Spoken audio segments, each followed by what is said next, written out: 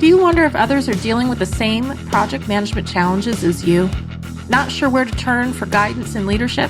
Office hours are in session as we discuss project management and PMOs with global leaders, hearing their story and learning their secrets to success. Our goal is to empower you and help you elevate your PMO and project management career to new heights. Welcome back to Project Management Office Hours with your host, PMO Joe.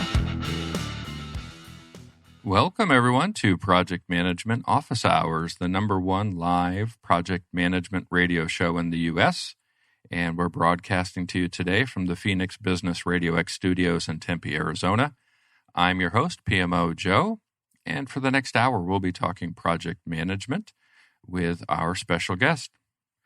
Before we get into the show, just wanted to take a moment to thank the PMI Washington, D.C. chapter Fair Lakes Luncheon host had me earlier this week. I presented Empowering People to Deliver Results webinar. Had a great turnout, received some really great feedback, and of course, just wanted to thank them for that opportunity. Also, let our listeners know here in Phoenix, we have the Arizona State University Project Management Summit coming up on September 10th. That will be a live event that will run from 8 a.m. to 11 a.m. Arizona time. You can go out to their website and register for that.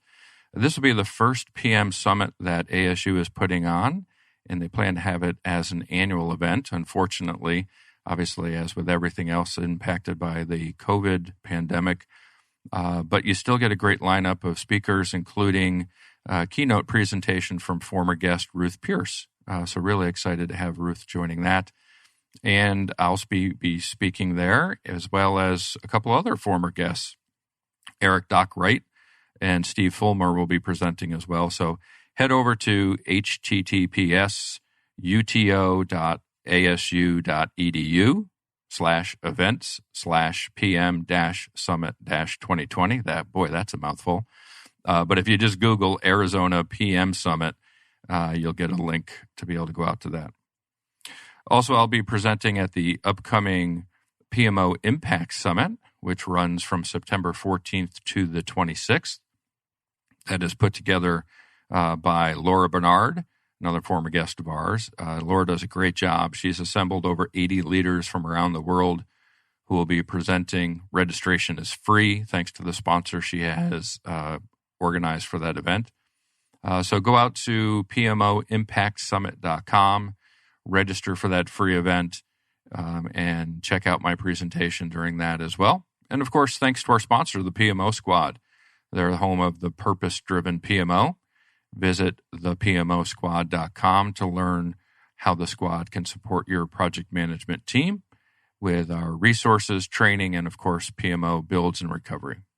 Also, a reminder to everyone to visit projectmanagementofficehours.com to see upcoming episodes and listen to all of our previous episodes. We've got an amazing lineup of guests coming up for the rest of this year and actually into next year as well. So let's get into today's show, and I'm really excited to have our special guest, Randy Englund, join us. Thanks so much for joining me, Randy. If you take a moment here to introduce yourself to all the listeners. Well, hello, Joe. It's my delight to be here as well. Project management is my passion. And I think from an early age, I found that when I was doing projects, I'm in my element and I have an aptitude for it. I think that way.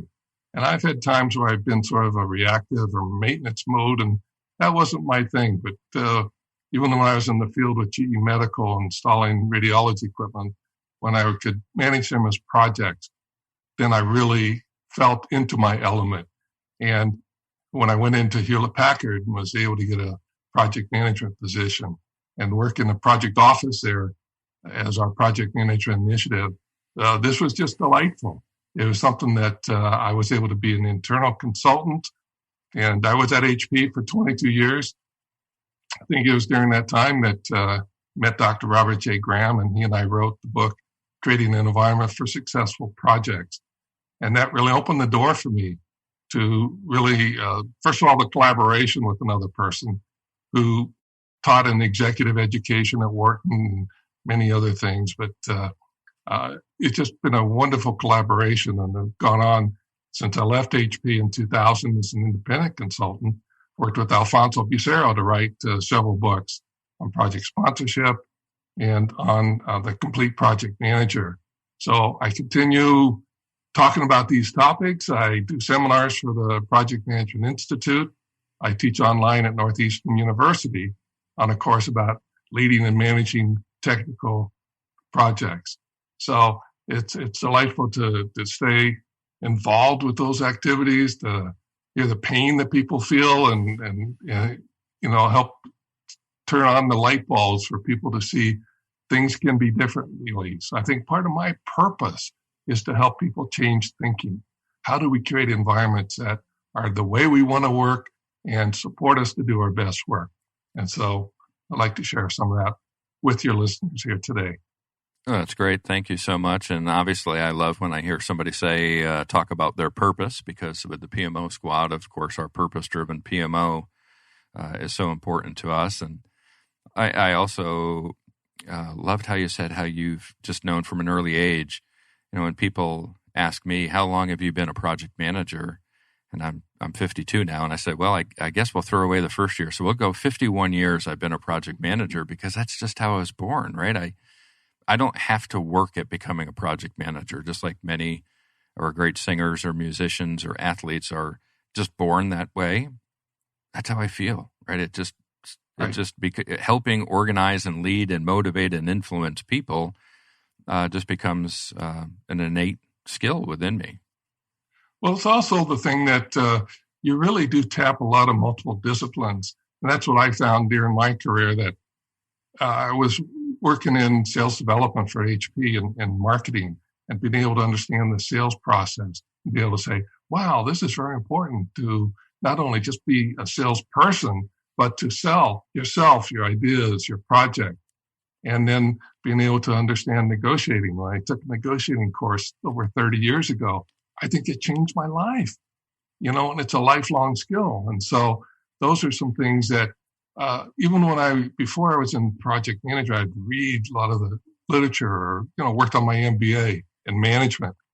And I said, how can I use this stuff? Well, when I got into being a project management consultant, I could be a conduit for all of these things and be able to realize negotiations, influence, politics, change, conflict, all these things have a whole discipline around them that we can incorporate and use to get results. And that's the thing about project managers. We get results. And I've worked with some very smart people who just love to think about big ideas. And, I remember talking with Michael Abrachta, another consultant, and saying, I don't necessarily come up with the best idea, but once that idea is out there, I can engineer it. I can make it happen. And that's what I love to do.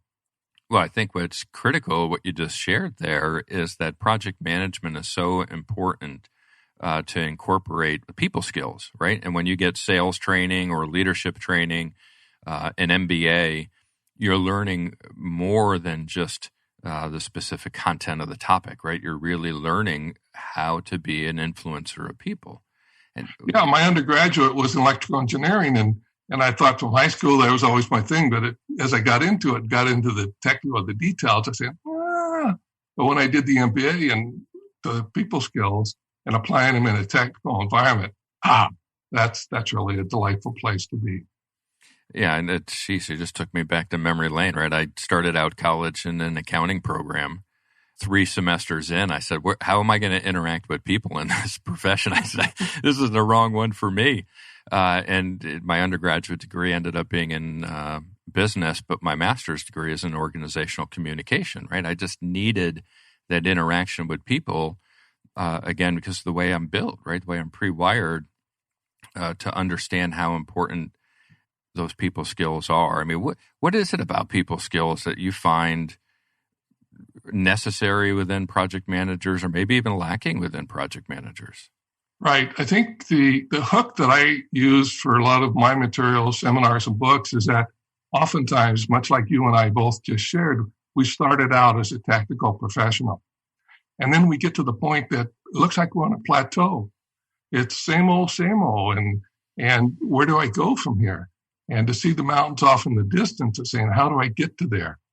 And that's what I think is where people skills come into play. You can be as technical as you want, but it can only get you so far. It's going to take selling your ideas, influencing other people, dealing with the politics. Anytime you get more than 2, 3 people together, you're going to have a political environment. And how do you essentially move through that particular environment so that you can get people to a consensus and working together? And that's what I think is very important, because people matter. And when I worked with Dr. Bob with our first book, his first book was Project Management as if People Mattered.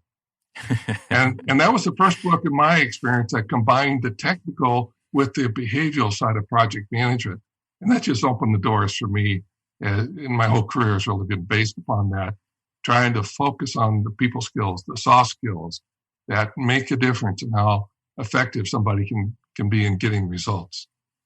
Yeah, it seems like the industry, our profession, right, is starting to come around to this idea. I certainly don't think it's been ignored up to this point, but it hasn't been a focal point up to this point. And we've had several guests on over the past couple of years that their now professional career is dedicated to this work, Ruth Pierce and several others that really have focused in on this and how we can look at our team strengths, not only our own, but understanding their character strengths, understanding their personality types.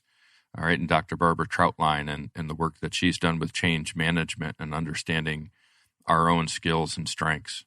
What's kind of the top skills, right, or the number one skill maybe in your history where you've found that that's the most important one to really touch on? When I was doing our seminar on the complete project manager, we first kind of went through a number of the skills, and we got a lot of feedback from people that saying, hey, you only got into some of the politics or the influence skills later on, but to me, that's most important.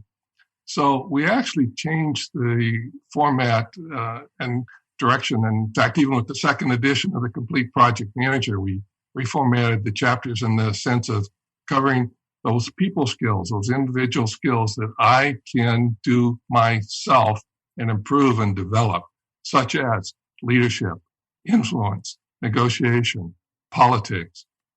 And then after that point, then you start dealing with the larger environment with other people. So then you have to deal with conflict management. You have to deal with change management, dealing with the environment. What kind of environment are you working in? And then, of course, sales comes out all along throughout that. So those are some things that I think I just highlighted a few of the areas that are super important for people to be more effective.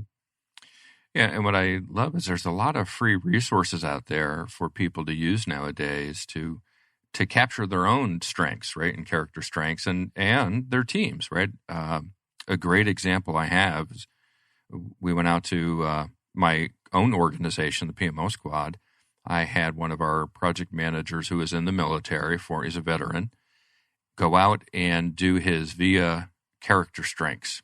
I had done that, and we compared. And what was interesting is we both had commented previously how we talk openly to each other. I'm originally a New Yorker, so it's okay for me to just be honest and tell you the truth about stuff. Sometimes it comes off a little crass, sometimes not. But he has that same mindset from his time in the military. And when we did our character strengths, both of us, our number one character strength was honesty. So it became apparent to us that we had chuckled previously about how we could be honest with each other and share some things that maybe you wouldn't normally share with some of your employees. Mm-hmm. But we each needed that, right? We were actually thriving off of that honesty. So it's, as we talk about these skills, it's important to learn not just your own, right, but your team, right? Understand what your team skills are and go visit these sites that offer these free assessments so that you can go out there and understand who you're working with, right? Not just the person, but the strengths behind that person. Corollary to the honesty is trust, which is super important. Yeah. And then also that individuals are authentic and they act with integrity. In fact, that's a theme that's permeated all of my material, that People want to follow leaders who are authentic, which means they say what they believe. Because I have seen some managers say something. For instance, I think it came up, they got a new CEO at HP, and she said, well, we should only compare ourselves with our competitors. And I don't think Dave Packard would have ever said a statement like that, because he always wanted to be ahead of the pack. Because if you're comparing yourself with others, you are looking at their taillights. Yeah. He wanted to be out in front. And when I heard some managers say that, and I actually went up and confronted one manager who was passing that word along. And I said, do you believe that? To me, he wasn't being authentic. And I think when you're authentic, you say what you believe. Even if you don't like it, you can kind of say, well, I've been chartered to say this and announce this. Let's give it a try. See what happens. And this integrity means you do what you said.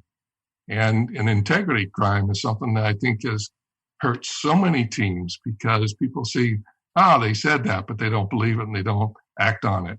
And those things go along with trust. And, you can't just say, okay, I'm going to have trust. Well, you can work on being trustworthy.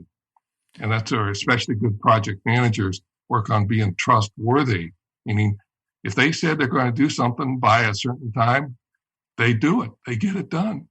And, if not, they early on kind of say what's happening.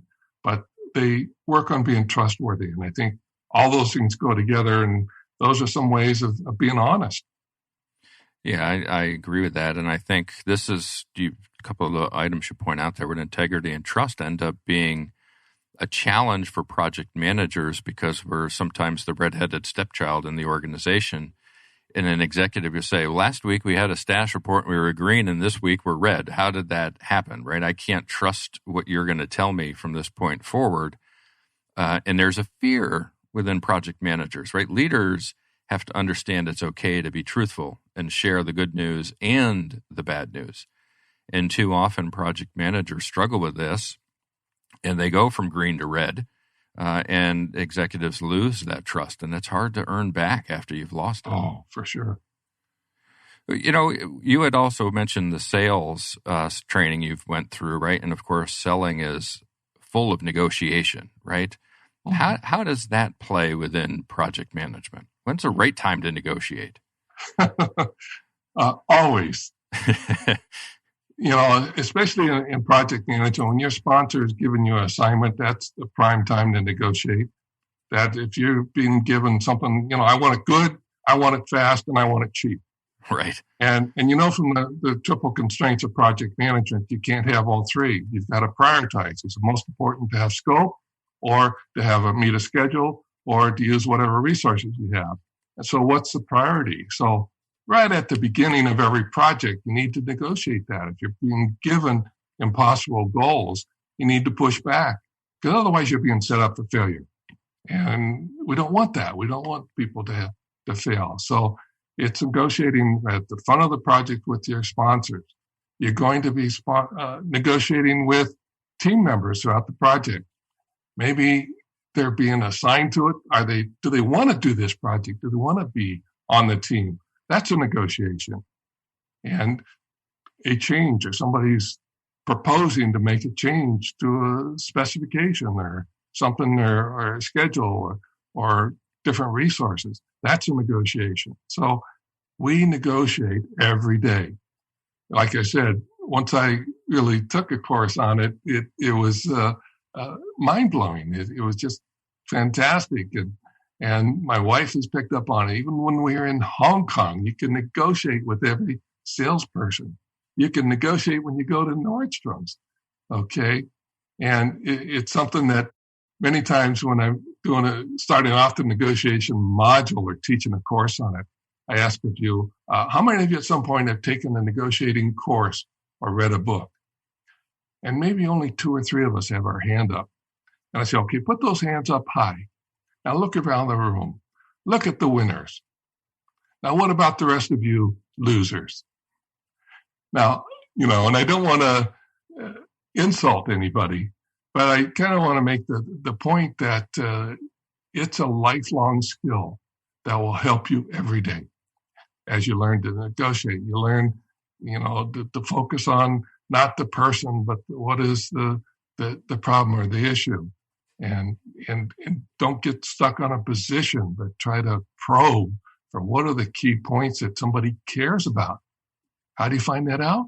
You ask questions. You pose what if type of activities. And then, you really try to put together, well, you're asking me to do that, but that's not an industry standard. That's not what a legal court would support. So you've got a lot of things in your preparation. In fact, preparation to negotiate is something that's crucial. And I think one of the things that I found when I had an offer to join HP, and I'd been at GE before that, and I was delighted to get the offer. And they had a salary proposal. Well, I pushed back because I realized probably the only time I can negotiate a salary is at the beginning. So I stuck to it and asked him to, he finally got the point. He's telling me all the other benefits, but I said, it really came down to the money, and he got it. So he said to me, well, let me think about it. Called me back the next day and said, well, I thought about it, and we believe our offer is fair, so we're going to stick with it. I said, well, I'm disappointed, but I accept your offer. I prided myself, a pat on the back, because I at least stood up to it. And it's only later I found out I was up against a master negotiator, and I stood my ground, and I felt good about it. I didn't necessarily get a different outcome, but that's okay. At least part of it was I impressed him with my ability to persevere and to really argue for what I thought was important. And those are the things that are going to happen almost daily. Was talking with a PMO leader, I think it might have been yesterday, who just started a new job last year. He didn't really want to move with his family, but he was on the market, so he applied for a job, and they gave him an offer. And he was kind of surprised, and his wife said, no, we are not moving. So he said, I'm just going to throw him a number. What would be the number, honey, that you would move for? So she gave him the number. He threw it over to the company, and they said, okay, you got it. So they've moved, right? And had he not been willing, and his wife, of course, willing to move for a number, right? That's the part of the negotiation. There's always something out there worth negotiating over. There's a cost or a price or something that's achievable. But we're often in the project management space, because we're technically driven, we're afraid to ask, right? And when we do make the ask, sometimes we can get surprised. The response can actually be positive, right? It can be in our favor. How do you teach that, right? How do you teach it's kind of that moment where you're going to bungee jump or skydive, right? And you got all the courage in the world to get up to the top. But there's still a second level of courage you have to go through to get off the edge. Right. And it may be out of your comfort zone. That's right. So how do you mentioned I try you to teach tell people, it may not always be comfortable or even conflict-free, but go for it and muster the courage. I think, it's one of those things, how do you teach it? I think it's by telling the stories and being able to share examples of how they did something like that, and being able to see other examples. I've had, when I've taught negotiating modules, I've had people share their stories. Even with my online course, one of our modules in negotiating, I have each of the students, they all have to post it online, and you can see everybody else's stories. And you realize how they negotiated with the credit card company, how they negotiated with the client, how they negotiated with the difficult customer or boss, and so forth. And I think as you get those stories, you're able to kind of see, I can do that too. That's a possibility. And I think it's getting a few of those under your belt that you realize. And remember, I was successful when I did so-and-so. Use that as a means to kind of say, and I can do it again this time. And I think, those are things that a lot of it comes from experience.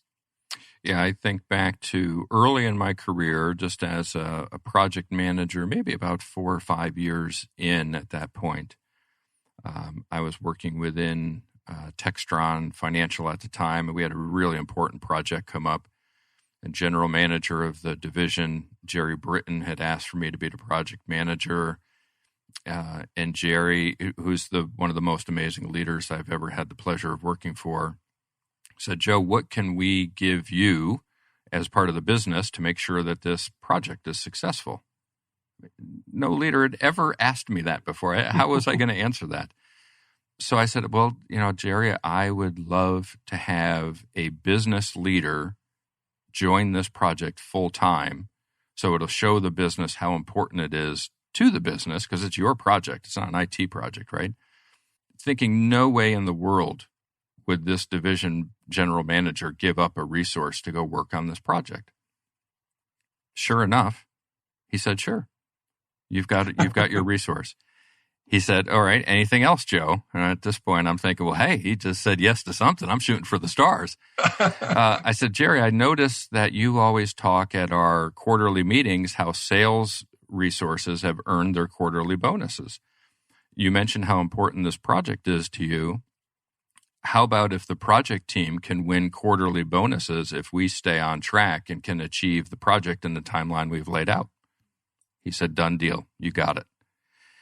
Though that project gave me the confidence for everything that's happened in my career afterwards, because by asking, well, one, having a leader that supported us, but two, getting the courage to ask allowed me to know that I had that within me in every other project, every business opportunity, this radio show. I mean, everything along the way, I've never felt hindered because of that project. So for all of the PMs that are listening out there, right, who may think, hey, I'm just a few years in, I don't have the capability. Believe me, it's in you. It's just a matter of pushing forward, like you said, Randy, right, and get out of your comfort zone and ask for something. Begin the negotiation. Nothing happens if you don't begin, right? Right. One of the takeaways, I say, if there's only one takeaway from the negotiating module, is ask for it. Because if you don't ask for it, the answer is always no. Right. And they might just say yes. Or I've even had occasion where I got more than what I asked for. I was in the field, wanted to get a tool. We had a special deal. And I said, well, if we bought two, we'd get two of the add-ons. And wow, I got more than I asked for. And I did the same thing when I was leaving HP. I had a small company and I didn't want to leave. But so I asked for the money. I asked for signing bonus that would cover everything I'd lose and stock options and benefits and so forth. And I got it. So I think I agree with you that asking for it, they're not going to think less of you for doing that. A lot of people don't do it because they think somebody will think bad for the asking. In most cases, they're impressed with what you're asking for, and you get them thinking about it, and they're probably going to be impressed more than they're going to be upset with what you're asking for. Of course, projects are always about improving something, right? It could be a new service, it could be a new product, it could be a compliance measure, it could be something, right, that we're trying to improve organizational performance on. What's the sweet spot there, right? How do we do that? The sweet spot is, I actually have a graphic where I've taken all three of my books together and put them into a Venn diagram. And one of them is the environment, creating an environment for successful projects. And the second diagram or circle is project sponsors. And the third circle is complete project managers. The sweet spot is where all three of those come together, where you have the environment that is green. In other words, it's not toxic. And I'm not talking about the physical environment. I'm talking about the interrelationships, how people work together. Is that green? Is it such where people trust each other? People are sharing their vision, that they have a psychological safety, which Google has found is one of the most important factors for high performance of teams. So what is that environment like? And then the second circle of project sponsors. You have excellence in project sponsorship. I have a survey where I did I was doing an executive briefing for a group in a power company. They scored themselves, they're all sponsors and they scored themselves low. But the question, how successful are your projects? They scored high. I asked them the question, how can you be successful when you're so poor at sponsorship? Their answer was because we have good project managers. Aha, you're lucky. Just think how much more is possible for less resources, time, whatever, if you also had high-performing sponsors. And I got them right where I wanted them. So excellence in project sponsorship is important. And I know that PMI believes that, but I think there's more talk than walk because we're really trying to address it. It's a tough audience to get to. They don't often know that as a sponsor that they're part of the problem. They got a lot of pressures from above, below, from others, and very busy people, very capable people, but they also don't always understand project management. Right. And then the third piece is complete project managers that have all those multiple disciplines under their belt, as we talked about with influence and leadership and negotiation and political skills. So when you get all three of those things together and you overlap them, the sweet spot is where they intersect. And in my graphic, it's kind of like a small green spot in the middle there. And what that sweet spot is that that's where you get the highest performance. It's like a portal into achievement within the organization. And what my aim or purpose is, how do we bring those three circles closer together so that that green spot, that sweet spot in the middle expands? That's my goal. That's my purpose. And that's what it's doing. In other words, complete project managers understand how to talk with their sponsors. Don't talk details because they don't care about all the details unless you have a very detail-oriented sponsor. Yeah. But talk the big picture. Talk sponsor talk. Talk about the environment. Talk about when you're talking with team members, talk more of the details or talk their language or engineer talk. And so, you've got those people who can understand that they realize they are hopefully not a victim of their environment, but they are subject to the environment in which they are operating. And I've been some of my seminars where I see some people at a table who are probably equally skilled as project managers. But I hear from one, he's in a very supportive environment. And I hear from the other that he's in a very toxic environment. I can almost predict or guess who's going to achieve more. Not because of their own personal skills, but because of the environment in which they're operating. And so my advice to those people is to assess your environment. Be able to realize, is it green? Is it fully supportive, full speed ahead? Or do you have a lot of issues that you're going to have to deal with? And you may have to scale down what you're promising, your expectations, so that you can be successful in spite of the environment. So you talked earlier about some of the assessments. I have on my website, I have an assessment around the environment, all the 10 pieces of the puzzle that go into it. That's a free assessment that people can, when I have my students do it, a lot of them realize I never even thought about those things. Yeah. And then I have an assessment for the sponsors. How effective is your sponsor? Gosh, I never really thought that much about the role of the sponsor. You've opened up my eyes about how important that is. And then I also have an assessment.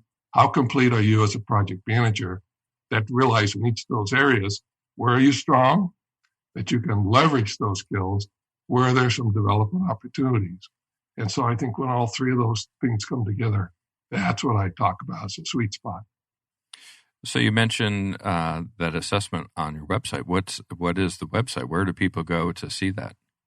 My website is Englund PMC. So it's spelled ENGLUND. P as in project, M as in management, C as in consultancy.com. So it's EnglundPMC.com. And there's several sections that they can go to, and they can be able to talk about successful projects. They can talk about complete project managers or sponsorship, and all those assessment tools are there. And then what I do with that, if they will submit that information back to me, their data, I have put that into a database. And I have some thousands of people worldwide who have completed those surveys. I can provide a benchmark report that individuals can see how they compare to others, who are, first of all, it's a selective audience. It's the people who care about that thing. Are you at the 50th percentile? Are you at the 80th percentile? And to get to 100, is it worth it? Or I've had some people ask me, well, what if you're at the 10th percentile? That's where you hire you to come in and help them, right? My condolences. Yeah. That's great. And you mentioned, right, the psychological safety, and that was, you referenced Google's Project Aristotle there, right? And again, these are resources that we all have access to. Google has been gracious in sharing all of that research, right? I mean, it's out there for us to go get if we just are motivated to go find it. And there is some really great information that's available through their research there. And as project managers, I think it's really important that we understand how teams work, right? And Google, I wouldn't say anybody has perfected anything, right? But Google has done a really good job with that research project to identify several factors that influence team success. And I think number one in that list is psychological safety, as you mentioned. And another thing that I was intrigued as you were talking, right, is this green environment, right? And when you hear that, of course, we think environmentalists, right, and the Green Act, but you're referring to more the working environment, right? How safe is it within that environment? And you elaborated a little bit. Can you dig deeper into that and help us understand that a little bit better? Sure. The corollary of the opposite is a toxic environment. And a lot of that would be lack of trust, a lot of conflict. People aren't sharing their information, so they're very closed. So that's kind of like the toxic environment, which a lot of organizations still are very toxic. Whereas if we try to switch to a more green environment, it really is a point where you start with people who have a vision. It's not like something imposed upon them, but as I work with the team to come up with a shared vision that they get excited about, that they see at the desired future state, that's one aspect of the green environment, that they were part of creating that vision and they are excited to make it happen. They feel that they're if they can pull this thing off, that's going to be great. You know, this is fantastic. I'm going to achieve high on the Maslow hierarchy of self-actualization because I'm an active player with people who are not fighting with me in conflict with it or competing with me, but they're collaborating with me. As we talked earlier about trust, the trust is present. And I was working with one engineering management company that, first of all, I was very impressed with them. And the president and their director of project delivery were fantastic. And they'd read my book and were dealing with it. But as I interviewed a cross-section of their people, that trust word came up almost 100%. And when I got back with them, what I said to them was saying, put the one-word slide up, trust. It's like, the default is that I don't trust you, not because you screwed up in the past or put a knife in my back type of thing, but I don't know you.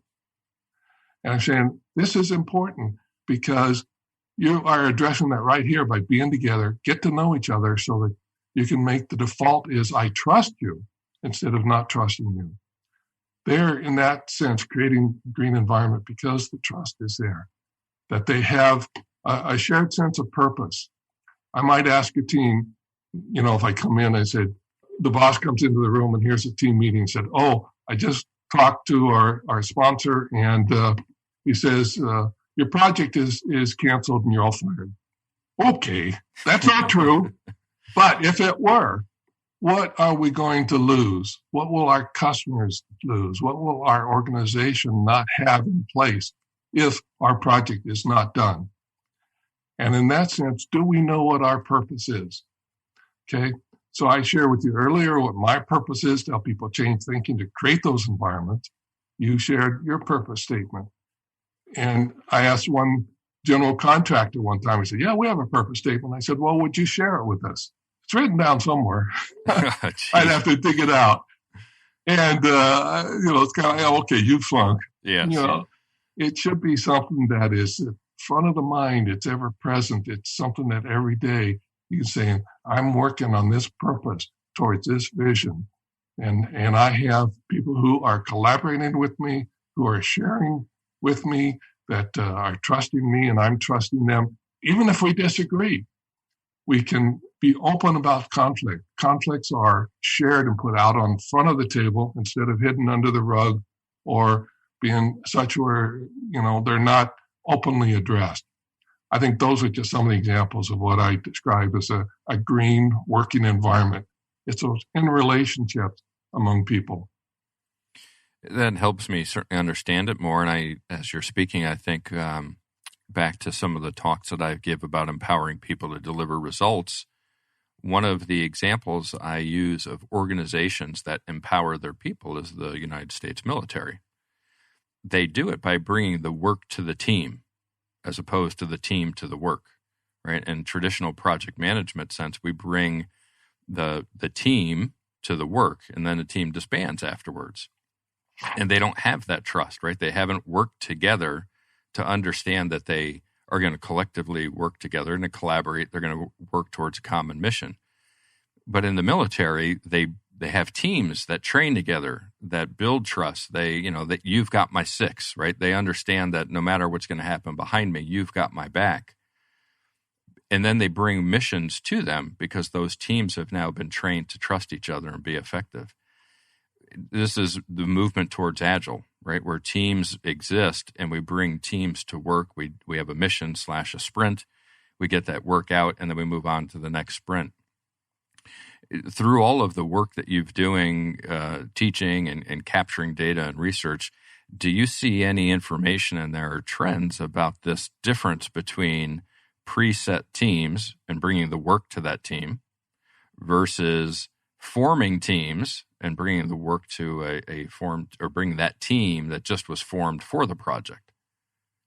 Have you seen anything with that? And I know that's maybe slightly off topic where we were headed, but it seems like having that trust of being teammates, and it seems like it would really impact project effectiveness.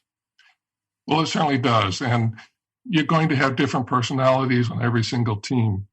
And one of the things coming back to the complete project manager and the team is to being able to understand motivations.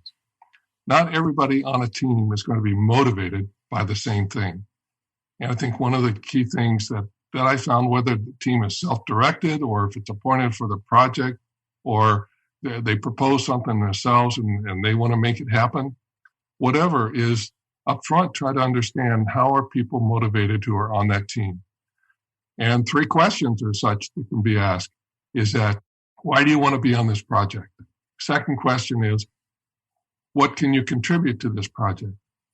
And the third question is, what do you want to take away from this project? And I think I especially pay attention to that third question because that's going to be a clue as to how each individual is motivated. And I think taking the time up front on any team to understand those things and be able to understand, somebody just wants to work alone. They want to not have to deal with a lot of team meetings and be able to contribute to what it is. But yet you still need to get their agreement and you want to get them to make a conscious commitment that they will be accountable for the success of the team, not just accountable for their own work. And this is another key word for me that I've come to embrace, and that's accountability. And it's not like a reactive thing where something went wrong, who do we blame, who do we hold accountable? That's the reactive. I view accountability as a proactive, that as you start up a team, you say, this is what our vision is that we have formulated. These are the people we have on the team. We know why everybody's here, what they each can contribute. And then we can say, would you commit to being on this team? Even if you only have 20% time commitment to this team, will you commit 100% of that 20% or maybe budget a little bit more? And the other question that I would ask each individual or project leader to say is, how do I get people to want to work with me on this project? Because more than likely, and I've done surveys on this as well, how many people have direct reports? How many people report directly to you on this project? Yeah, pretty low. How many of the other people on the team members have other things going on in their lives and in their work? Lots. So the question is, how do I get them to want to work on this project, give it priority, and make sure they meet all of their commitments? The answer to that is accountability. And along with that, explicit commitments And the third aspect of it is ask them. Define what accountability means. Ask them, will they commit to it, and make the complete commitment. And I think those are ways that whatever type of team you have, it doesn't matter whether it's an agile team, a waterfall team, any other self-directed or forced team type of activity. These are some things that I have found in my experience are universally applicable, because people are people. And, when Dr. Bob, when I first did our book in the mid-90s, and we did a third edition just last year, we realized not too much has changed. What has changed is the stories that we tell and how they get implemented. But the key things are important. The universal factors that are important for people working together are pretty common, pretty universal. And those are things that I've devoted my life's work to try to address and improve and help people embrace them, as opposed to avoiding them or ignoring them and creating a toxic environment. It's fascinating to hear you talk, because so much of what you're saying seems rooted in the data, the research and experience, of course, that you've had. It makes me wonder, based on your assessments and your surveys, everything that you've come up with, what are some of the issues that most often come up that project management is confronted with? And I think you've probably hit on some of them by the inverse, right? By telling us what we should do, you're probably schooling us on what the problems are. The number one issue I hear from project managers worldwide is that upper managers do not appreciate, understand, or support the project management process. And when I say those words, I see all the heads around the room nodding. When we have them do a force field exercise where pick some issue, I don't dictate what the issue should be, pick some issue that you would like to do, understand the positive and the negative forces. Typically, right in the middle of that is something around upper management support. And that's why we did the book on creating an environment for successful projects. That's why we dealt with project sponsorship. That's why complete project managers need to manage up the organization. Some people say that's not my job. I'm sorry, but it is. If you want to be successful and sustainably and advance and get across that plateau, you do need to manage up the organization. Because a lot of these upper managers were, even as smart as they are, as talented and as good they are, when they went through the project phase of their career, assuming they did, they didn't have all the stuff that we have today. They don't have the VIA character assessment. They didn't have the studies about psychological safety. They just got the job done. How'd they do it? Brute force, seat of the pants, maybe a lot of dead bodies in their wake, a lot of toxic environments, but yay, we got the job done. Right. Why can't you? Why do you need all this stuff? Why do you need this project management stuff? What do you mean we need a vision statement? We need a purpose statement. We need a work breakdown structure. We need a plan. We need, a project charter. A lot of them don't understand that. Now, I'm talking in general, because I know there are a lot of superb examples of people who do, upper managers who do. And those are in the high-performing organizations. I know you're in Phoenix. I was down in Motorola one time, and I know a VP got himself certified as a project management professional because he was setting the example that he understood project management. But the key issue in many cases is that people are working for managers or sponsors who do not truly understand that process.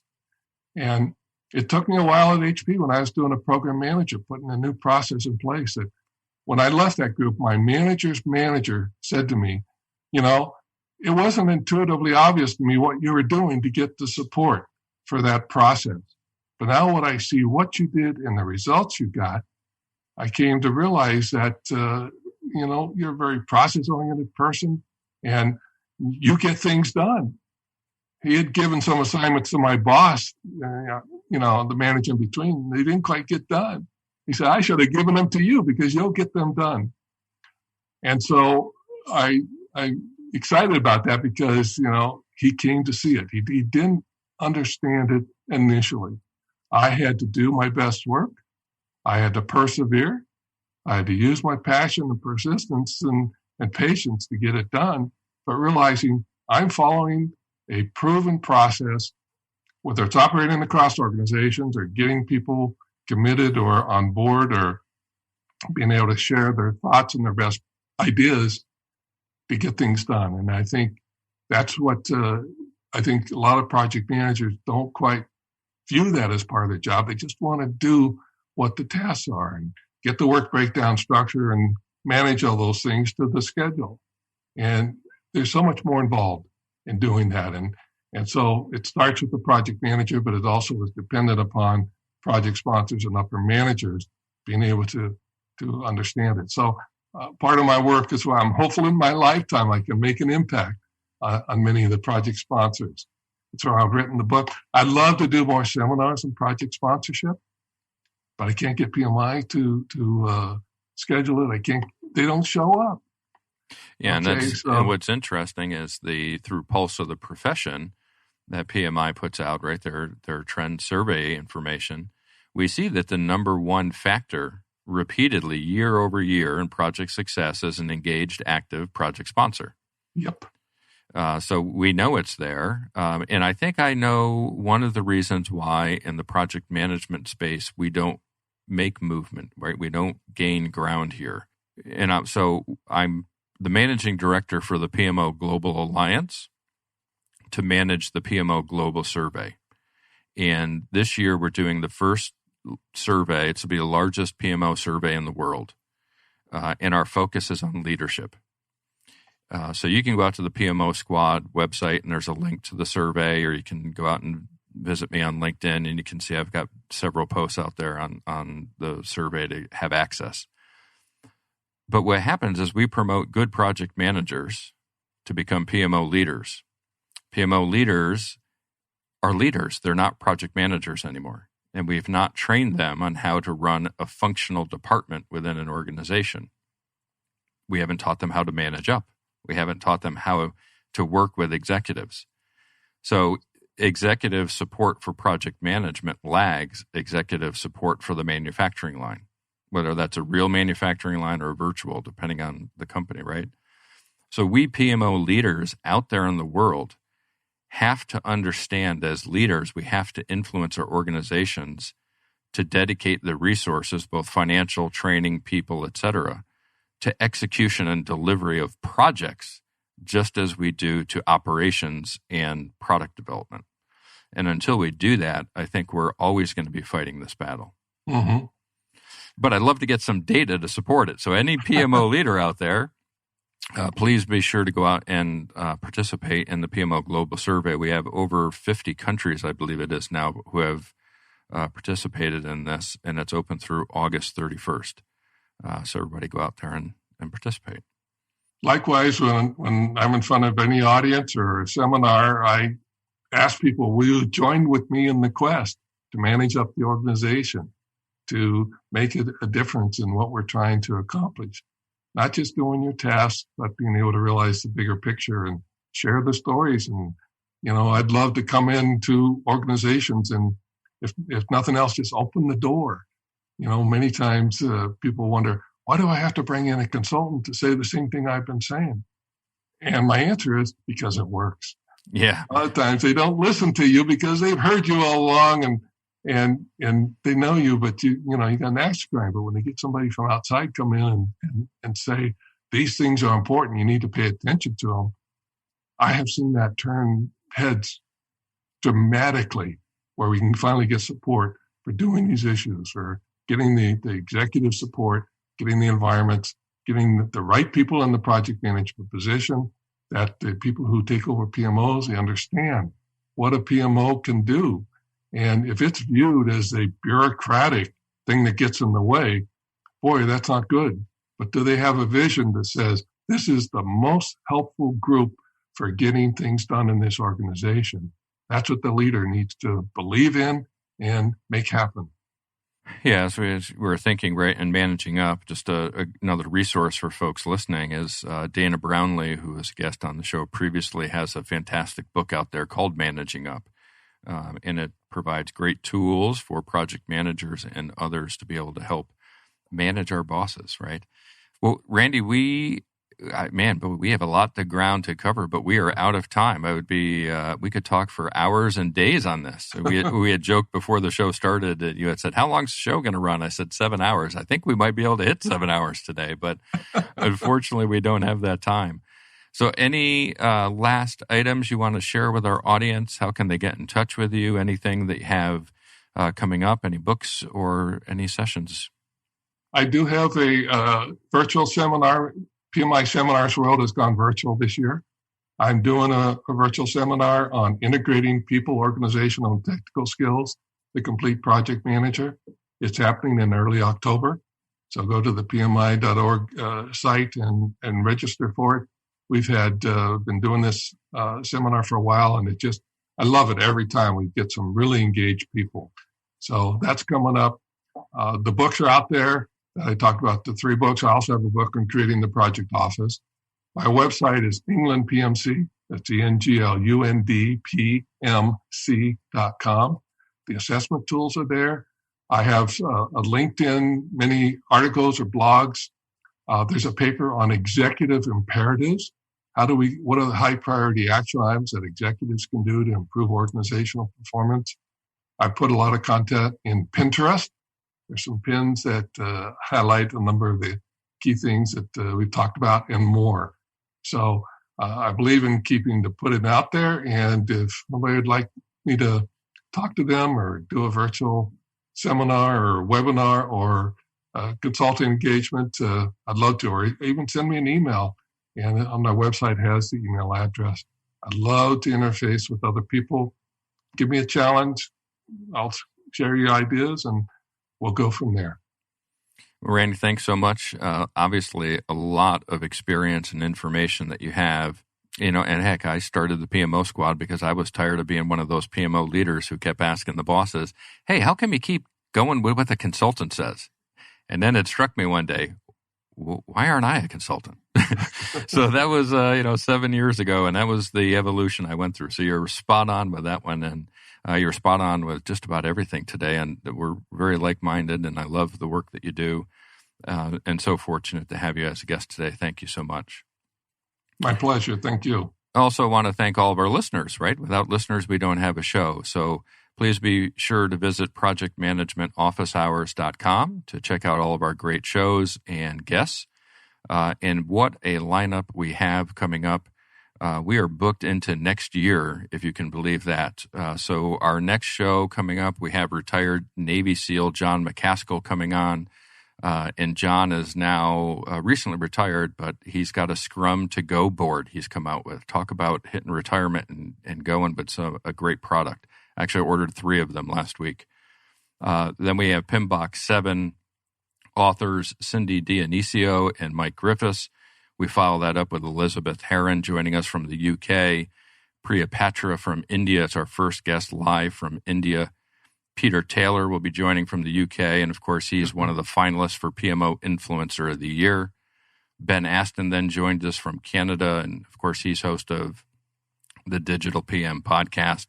Next up is Jason Westland, founder of ProjectManager.com. He's originally from New Zealand, but now in Austin, Texas. We finish out the year with Cornelius Fichtner, host of the Project Management podcast, and Kieran Bondale from Canada.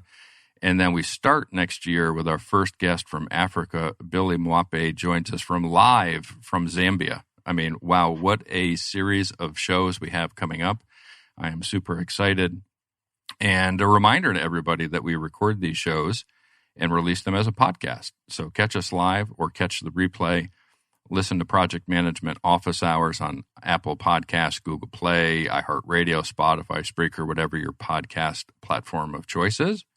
And, of course, thanks to our sponsors, the PMO Squad. Visit the PMO Squad website and learn more about the PurposeDriven PMO and all of their project management services. That's it for now. Office hours are closed. Until next time, I'm PMO Joe, and you've been listening to Project Management Office Hours. Thanks for listening to another episode of Project Management Office Hours with PMO Joe. You're not alone in your project management journey. We're here to help you achieve your goals. Subscribe to Project Management Office Hours on your favorite podcast platform to catch all of our episodes and hear industry leaders share their story and secrets to success.